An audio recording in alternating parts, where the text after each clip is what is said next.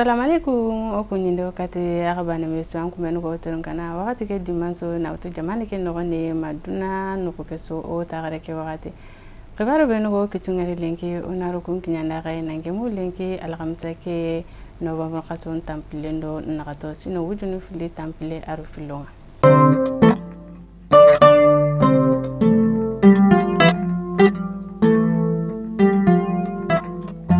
Golnya sapo yugo no go tikenda anazar sinesu obaka na kilen sarianun ko serunda irige kale kengemu no bamu kaso ke tamplendo bane nye sine wujunu fili tample aru filo Kenya ata tamudo segundinya goluku dabari mali no ko gabe gulukoro bamako buguni kai gulukoro yimanke ado igolnya lemo kundo tangandano aro fona ka yugo no bugu kilen kanenga kuro na serun simandi do kufune bega serun tangana kengani kaskinga ado kilun sarianu kendo na fobu wurumo burunga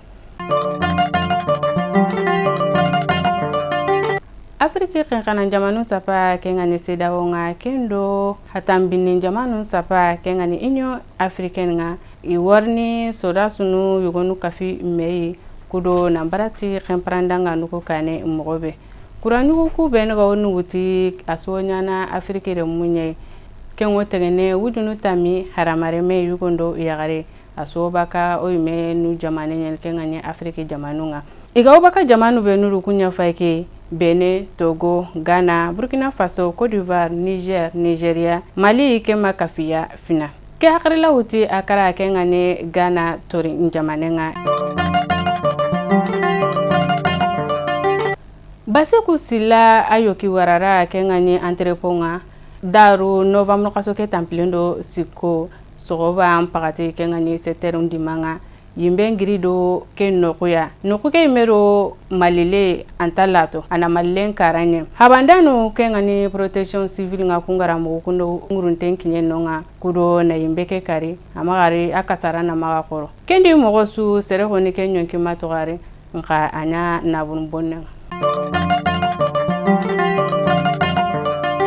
Karale mu fasani sapa kengani ayemnga onigara ko inanti woke ko mu mansunyana karangen sigindenga nka daru ira ko inanti karale mu benu ga utunu karan kompe fananga nandaga tema kabundinga kunna karangen ngutu lenke algamsake no bamu kasoke tamplendo nagatonga fina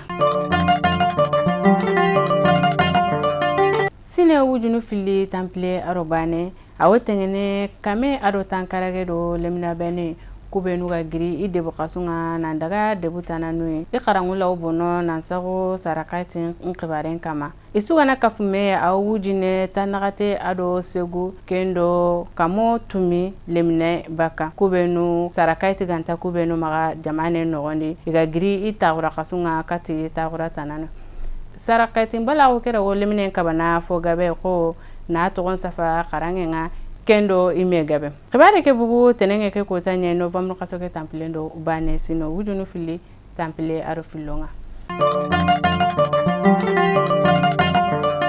Mohamed Bazoum akene Nigeri jamani mankenye na wutu sine wujunu fili tampile aro bane na lawara sine wujunu fili tampile aro filo abana ni yimanke bega wuti nani amanya ti kude tanga